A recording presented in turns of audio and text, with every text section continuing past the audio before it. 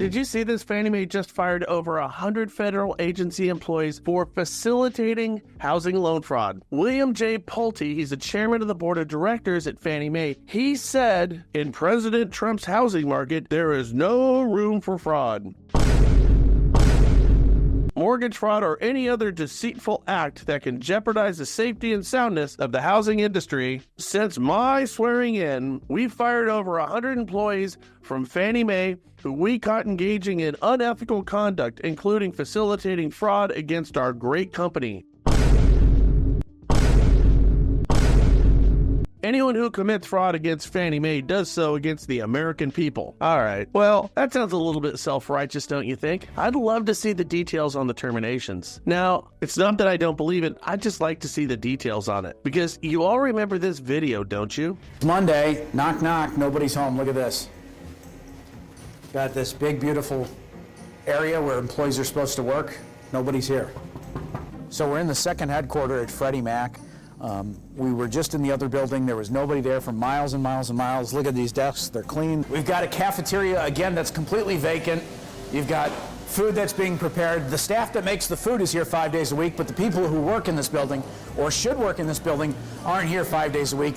You see, between Fannie Mae and Freddie Mac, they have 16,276 employees, so losing 100 of them is probably okay. And by the way, it's also worth noting that the two GSEs combined made $28.9 billion last year, making them about the most profitable company in the entire world. You wonder why the government wants to keep owning them via conservatorship? Well, maybe it's all those billions of dollars. And I also wonder how much less they'd make without all that fraud, because fraud brings it in. And I wonder how much of that fraud is going in the direction of our elected officials, our politicians. Fraudulent loans like they did the last once-in-a-lifetime meltdown. Well, you know, here's the thing, guys. We will never know. Now, it's strange that we have so much fraud. Fraud always finds a way during a down market, and it really rears its head before a housing crash. This is deja vu to us, as we covered the last crash with our daily blog, Think Big, Work Small. What makes fraud so interesting is underwriting guidelines tighten up and loans get more closely scrutinized. To prove this point, check out this graph. We have the highest number of mortgage refinances getting rejected in the history of our country at 42%, an astoundingly high number. I mean, I know I'm not turning in a refinance unless it meets guidelines, and it's pretty easy to figure out. I guess in a collapsing value market, which we do not have, appraisals could be coming in lower than expected, but 42%, that number is off the charts. Point here is this. When you're refis together, you might want to go light on your value because nearly half of all these files are getting rejected.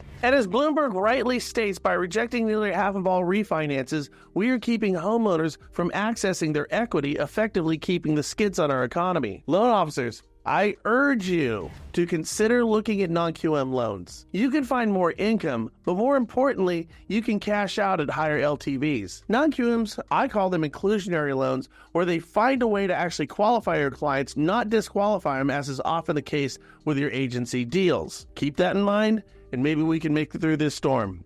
I hope that helps. Hey, loan officers, make sure you don't miss our next Wednesday webinar, where we're going to talk about ways that our team is finding success in sometimes a very dark market.